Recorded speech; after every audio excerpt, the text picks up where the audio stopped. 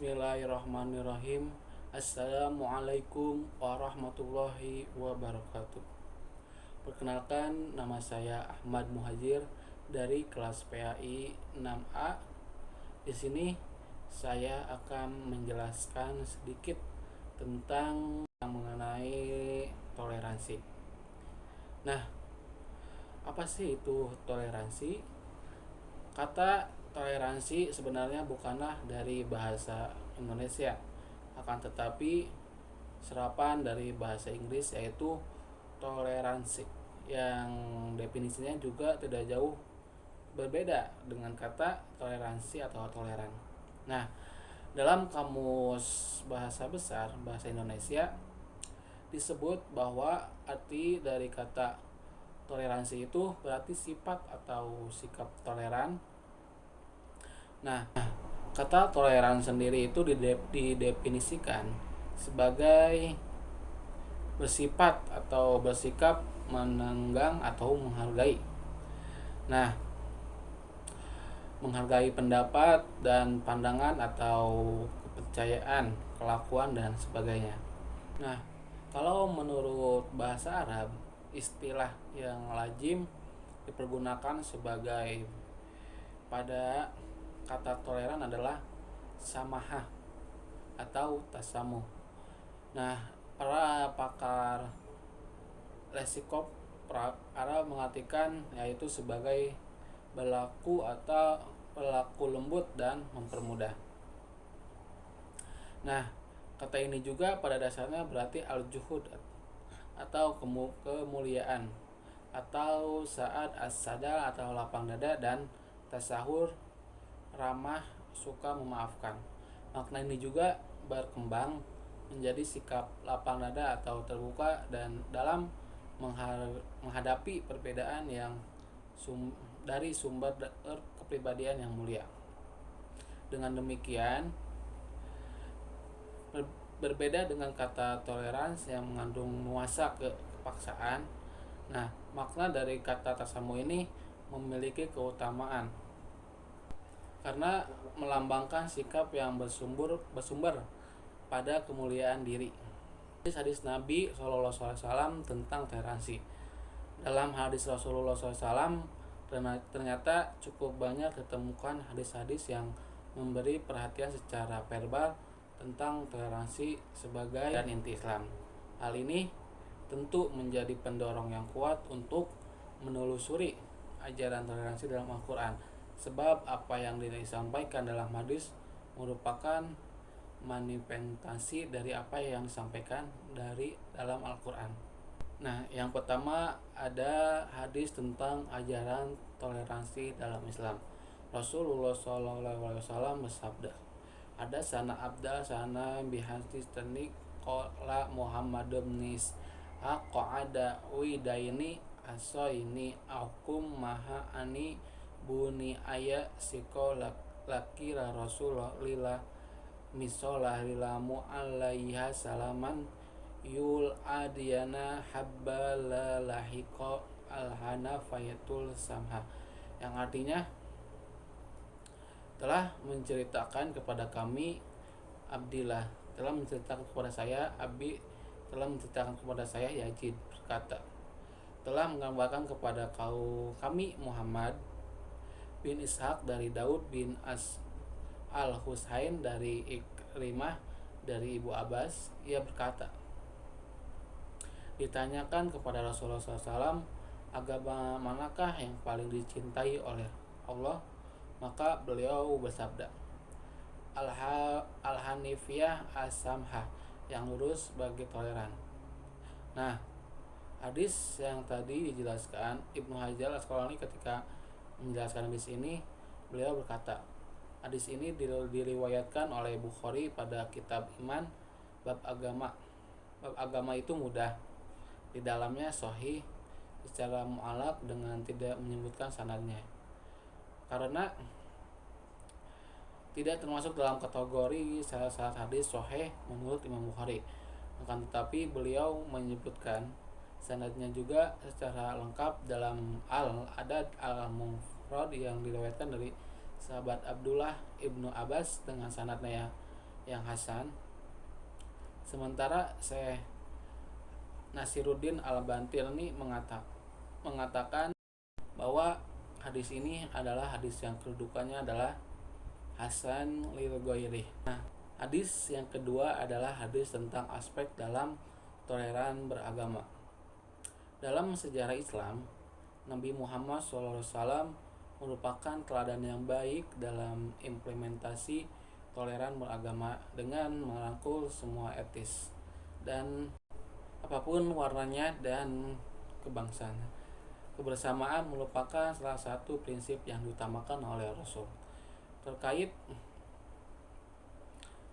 suatu prinsip yang diutamakan yaitu dengan karakter moderasi dalam Islam, di mana Allah Subhanahu wa taala berkeinginan mewujudkan masyarakat Islam yang moderat. Sebagaimana Islam adalah agama yang toleran dalam berbagai aspek, baik dari aspek akidah maupun syariah. Akan tetapi juga toleran dalam Islam lebih dititik beratkan pada wilayah muamalah. Nah, Rasulullah SAW bersabda, ada sana Ali yu'ani sahih sana Abu Ghasa nu Muhammadun yutarifiqol hadasini Muhammadun numna ya na mungkar anja biro nilaharidia la u'anhuma ansusu la lahi solala u'anli yuwa salakolari lahu jula samha ijaya awa ijataro wa idaktado telah menceritakan kepada kami Ali bin As, telah menceritakan kepada kami Abu Ghassan Muhammad bin Muttalib berkata, telah menceritakan kepada saya Muhammad bin Munkadir dari Jabir bin Abdullah radhiyallahu anhu bahwa Rasulullah SAW bersabda, Allah lah merahmati orang yang memudahkan ketika menjual dan ketika membeli dan ketika memutuskan perkara. Nah, Imam Al-Bukhari memberikan makna kata dari as-sama dalam hadis ini dengan kata kemudahan, yaitu pada bab kemudahan dan toleransi dalam jual beli. Sementara radhiyallahu anhu Ibnu Hajar Al-Asqalani ketika mengomentari hadis ini, beliau berkata, hadis ini menunjukkan anjuran untuk toleransi dalam interaksi sosial dan menggunakan akhlak mulia dan budi yang luhur dengan meninggalkan kekikiran terhadap diri sendiri. Nah, selain itu juga menganjurkan untuk tidak mempersulit manusia dalam mengambil hak-hak mereka serta menerima maaf dari mereka. Nah, dalam memahami toleransi, umat Islam juga tidak boleh salah kaprah.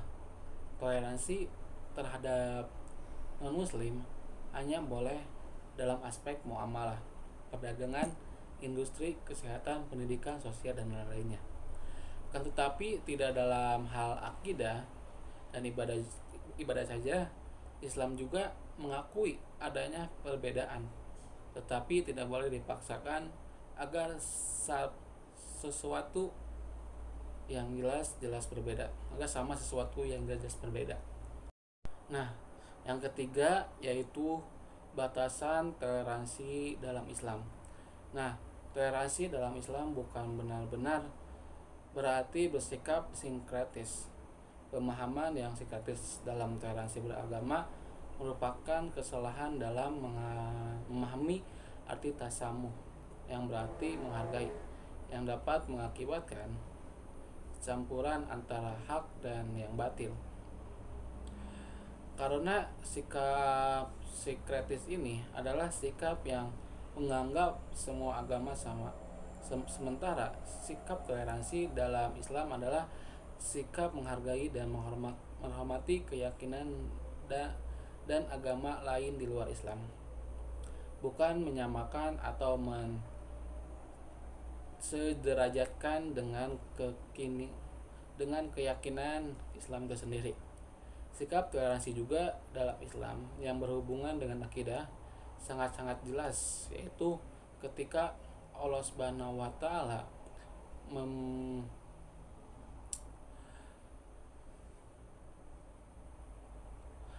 memerintahkan kepada Rasulullah SAW untuk mengajak para ahlul kitab untuk hanya menyembah dan tidak menyekutukan Allah Subhanahu wa taala.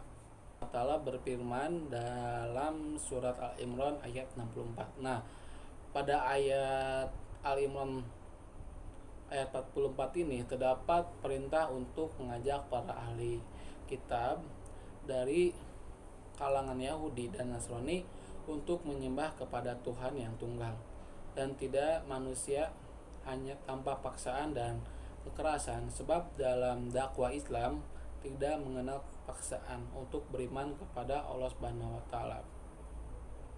Nah, sebagaimana Allah Subhanahu wa taala berfirman, la ikraha fid din, tidak ada paksaan dalam beragama. Surat Al-Baqarah ayat 256. Nah, oleh sebab itu Al-Quran menegaskan bahwa umat Islam tetap berpegang teguh pada sistem keesaan Allah Subhanahu wa taala secara mutlak, sedangkan orang kafir pada ajaran ketuhanannya yang ditetapkan sendiri. Dalam kondisi sekarang, maka kita melakukan doa bersama untuk orang-orang non-muslim atau istighosah, menghadiri perayaan Natal, mengikuti upacara pernikahan mereka, atau mengikuti pemakaman mereka merupakan cakupan dari sholat kafirun. Nah, semua hal itu tidak boleh diikuti umat Islam karena berhubungan dengan akidah dan ibadah. Orang-orang non-muslim juga tidak ada gunanya mengikuti beribadahan kaum muslimin karena sama sekali tidak ada nilai di hadapan Allah Subhanahu wa taala. Mungkin cukup sekian dari saya. Mohon maaf bila ada kata-kata yang salah atau yang kurang jelas. Mohon maaf. Saya akhiri. Wabillahi taufiq wal hidayah. Wassalamualaikum warahmatullahi wabarakatuh.